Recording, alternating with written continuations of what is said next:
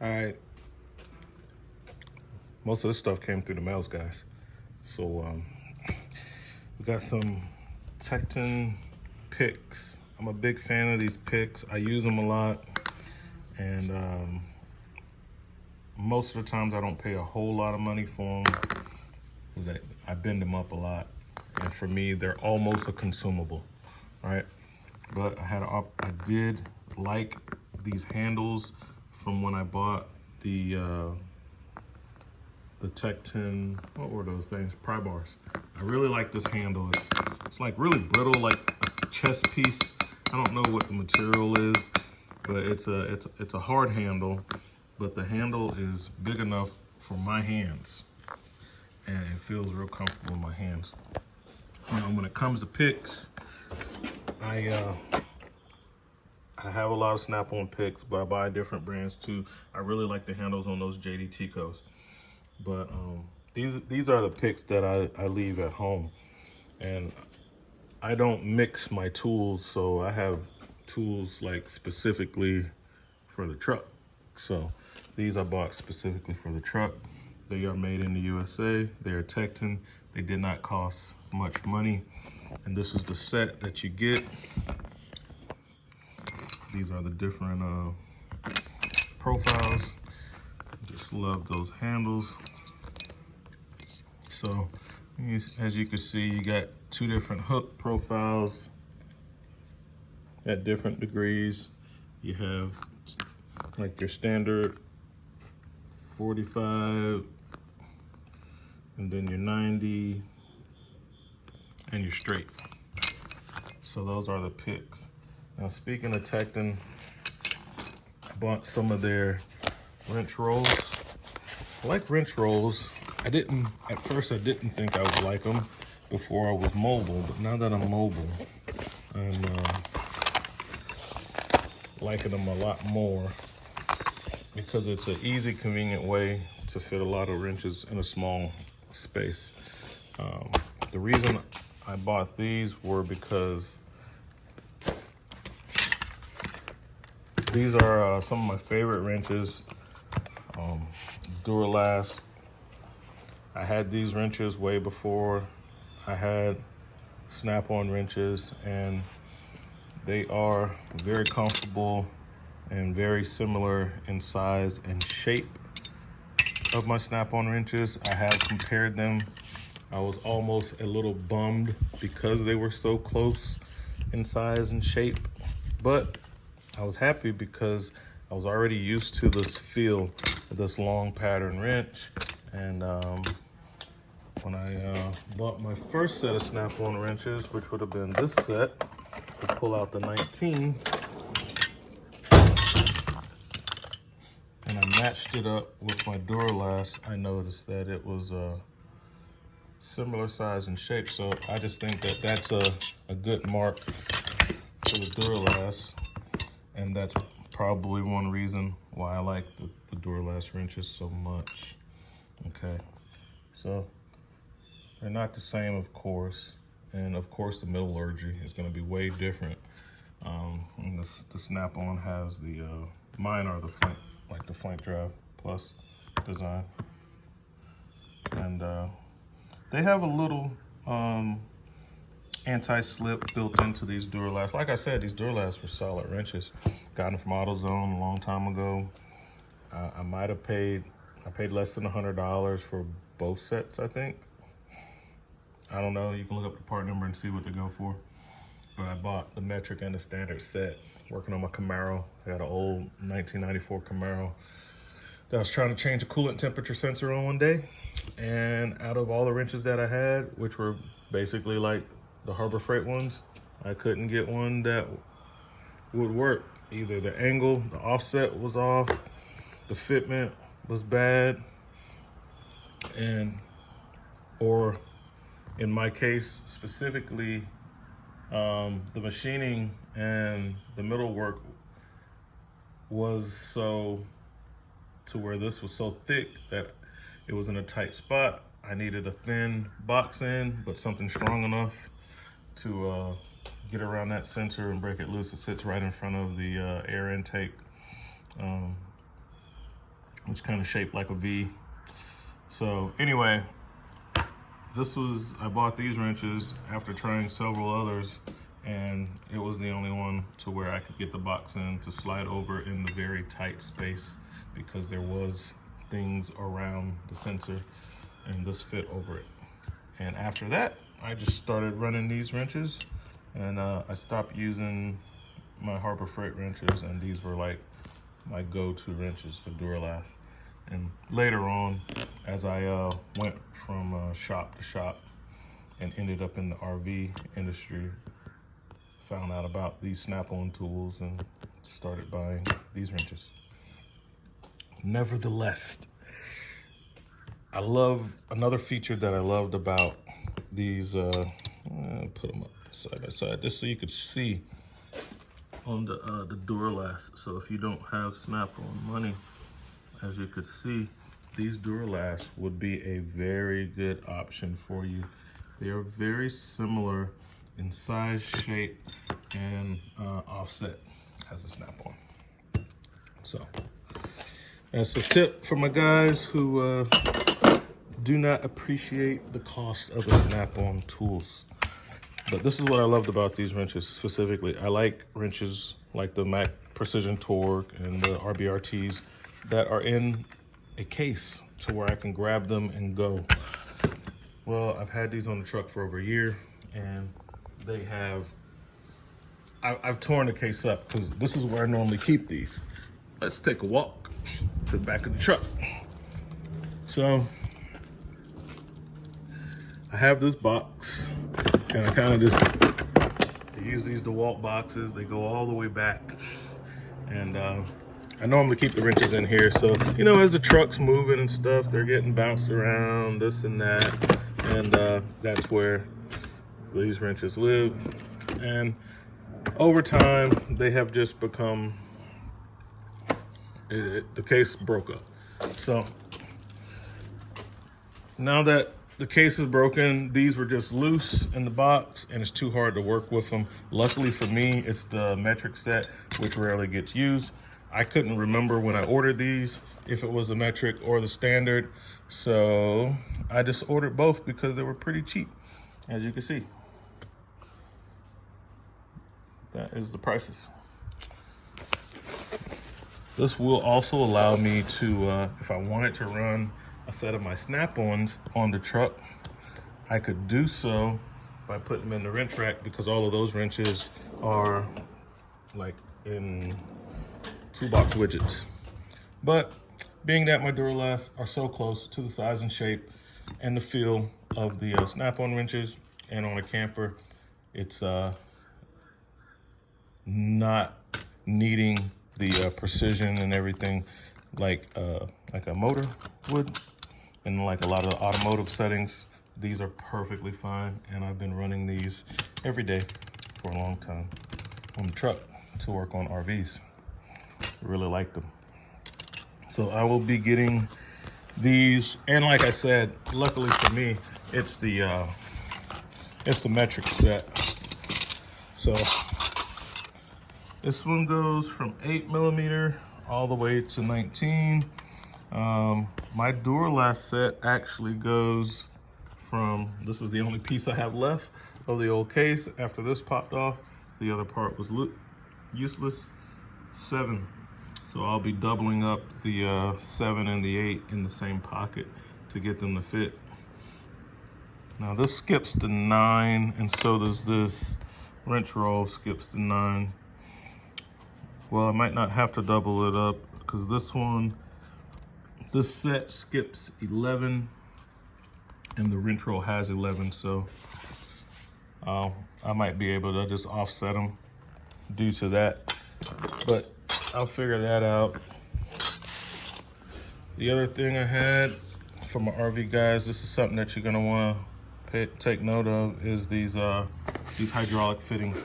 I got anybody can get an account with these guys, as far as I know. And hydraulics, all right, so you work on RVs, you're dealing with hydraulic lines, and these are the sizes that you need. I'll go ahead and put this out here for you guys. Okay, so on Amazon and in like Tractor Supply, or actually Northern Tool and Equipment. I know they sell them for sure in there. I don't know if you can get these in Tractor Supply, maybe, but these fittings are super expensive. And Northern Tool and Equipment, they want about $15 for one fitting. All right, Amazon is asking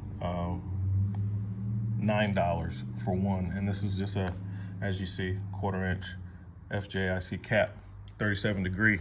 That's what these are, 37 degree fittings. Those are the flare. That's the dimensions of the flare on these fittings, right? So, and this is just the caps. So, and you can see I purchased 3 times. I keep ordering because I use them. Hydraulic leveling system and jacks, you're working on that stuff. You gotta get somebody off the side of the road. Sometimes you gotta find a broken line. They might have a blowout. A lot of times that's how it happens. Tears up part of the J-wrap, tears up a couple of hydraulic lines, normally the ones in the back. And if you're able to just follow the line to the source and cap off that part of the T on the hydraulic, then they can still use the landing gear and the other jacks, and they can kind of finish their trip until they can either buy the lines if they don't want to stop, you know, for the night, and find a store that sells hydraulic lines to where you can replace the lines. I've had it happen both ways, to where sometimes they just want to get on the road. They don't want to wait for the hydraulic lines. And I had customers who was willing to, you know, stay an extra day so they can get the hydraulic lines, and I just replaced the lines. But either way, in both situations, you're still gonna have to cap off the line, whether you're capping off the fitting coming from the jack because it feeds another jack, or you're capping it off from where it splits somewhere else. Either you're gonna be capping or plugging a line. So these are plugs, these are unions, these are caps. They're all very expensive. And then because of the shipping speeds, Amazon has gotten really bad on their shipping speeds. So I started looking for a different vendor to get these from, and I found out that they don't cost $9 a piece. They only cost about 60 cents. So I went through Hydraulics Direct, and I bought, well, the caps are like $1 and some change a piece, $1.10. I bought 10 of them, and it only cost me $11. When I got these from Amazon, I ordered, on my last order, I ordered like 4 or 5 of them, and it was like almost 40 bucks. So I got 4 of these, and I believe, yeah. So it ended up costing me, after tax, $38.88 for 4 of these. For 4 of these. These same pieces that come in a bag just like this off of Amazon, I got from Hydraulic Direct. I have 10 of them for $11. So that's like total ripoff. They're charging almost $10 more. So get these things from Hydraulics Direct, guys, because the prices are way better. Now, let's take a look at Hydraulics Direct again so you can see the prices of everything. The plugs are super cheap, and Amazon sells them for the same. They're like all of these pieces on Amazon is between like $7 and $10 a piece. I got the plugs right here, 20 of them for $10.20. I got the unions, 10 of them for $9.60. So these are just 96 cents. Something like this in Northern Tool Supply, you're gonna be paying north of $15 for one, guys. So that's something you definitely wanna keep in mind. Took this on a test run today, did pretty good. If you've never used one of these devices before, there's a bit of a learning curve. And when I first turned it on, I got a little bit frustrated, and then I remembered how my old one worked, and you kind of got to let it sit in clean air for a while to kind of self-calibrate every time you turn it on. And so I remembered that, did that, and it was fine. So It takes it a while, maybe about 45 seconds or so before, from the time you turn it on until the time it's ready to work. Now you could just read the book and then you would know that, but I typically don't read the manuals on certain things.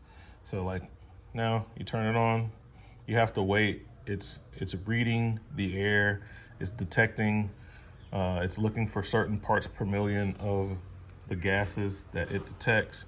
And after you keep it in clean air that's not contaminated with gas after so long, then it will go through the thing, it'll beep, and then it's ready to actually start working. And then you can set the sensitivity to high or low. So when you first turn it on, it's gonna be like this. And so you just have to give it a while. All right, so here's another wrench roll that I had. And in this wrench roll was the old Hurricane wrench roll. See, now it's ready. Okay, and it's on high sensitivity. So when it gets to that stage, then you can use it. Okay, I'll just turn that off. It's for anybody who has one of these, or one of my RV guys gets one of these. That's what's going on with that, if you've never used one before. I have these little Pittsburgh Stubby ratcheting wrenches in this wrench roll. Oh, wait a minute. They're icons. What does that one say? Pittsburgh. Ah, interesting. Okay. So this one doesn't go with this set because it's not reversible. That came from another set of tools. Okay. Yeah, but it's this little Stubby icon, which these have been good. I don't have to use them much. Normally I'm pulling out like the 7/16 or the 1/2 inch, getting a battery terminal nut, or a more than likely the nuts for the toilet to take a toilet out. That's basically what I bought them for, and they're cheap enough to where you can just buy the whole set and use the wrench that you really wanted, which for me was that one. That's about the set of wrenches to get, just this guy. They don't sell them in singles, so it was definitely cheaper to get this whole set so I can get this wrench versus buying a whole set from Snap-on. And as you guys know, I'm not a big fan of ratcheting wrenches because they're too big to fit in most places. And when I'm grabbing a wrench, it is because I can fit nothing else in that spot. But the ratcheting function does come in handy, especially on the toilet bolts, because the threads are so long. So I'll add those to the wrench roll. That's what I got. Catch you guys later. Oh, wait a minute. Forgot about this thing. I got this little puller deal. I've been seeing this thing on Amazon, like, what do you call it? Like the ads and stuff, but I feel super sketchy. Facebook, the Facebook ads, so like when I'm on Facebook, I seen the ad for this thing, you know, it's a gimmicky ad showing how you can use this thing to do all kind of bearing pulls and stuff easy. And I saw the value in having a small 3-jaw puller like this, but I did not want to click on the link. And you can see how tight those get together. As you thread those down, it spreads it out, gets it tight to start it, and then you start running the threads. These are the standoffs that can slide up and down on the bar so that you can pull it back. I was like, I could see the value in that because I had to do a lot of pressing and pulling, which is why I bought this thing. I have to pull stuff out and press it back in. So I saw the value in this, and I went ahead and bought it. The only thing they should put a hole. I'll probably have to drill a small hole in this end to keep the handle from falling out on the other side. One side is flattened so that that side doesn't come out, but just in playing with it, I noticed that the bar keeps coming out the top, so I'll probably drill a very small hole and stick a little cotter pin in the other side so that while I'm using it, the handle's not slipping out, and while I'm transporting it, the handle doesn't fall out. That's what we got, guys. RV Tech Pro out.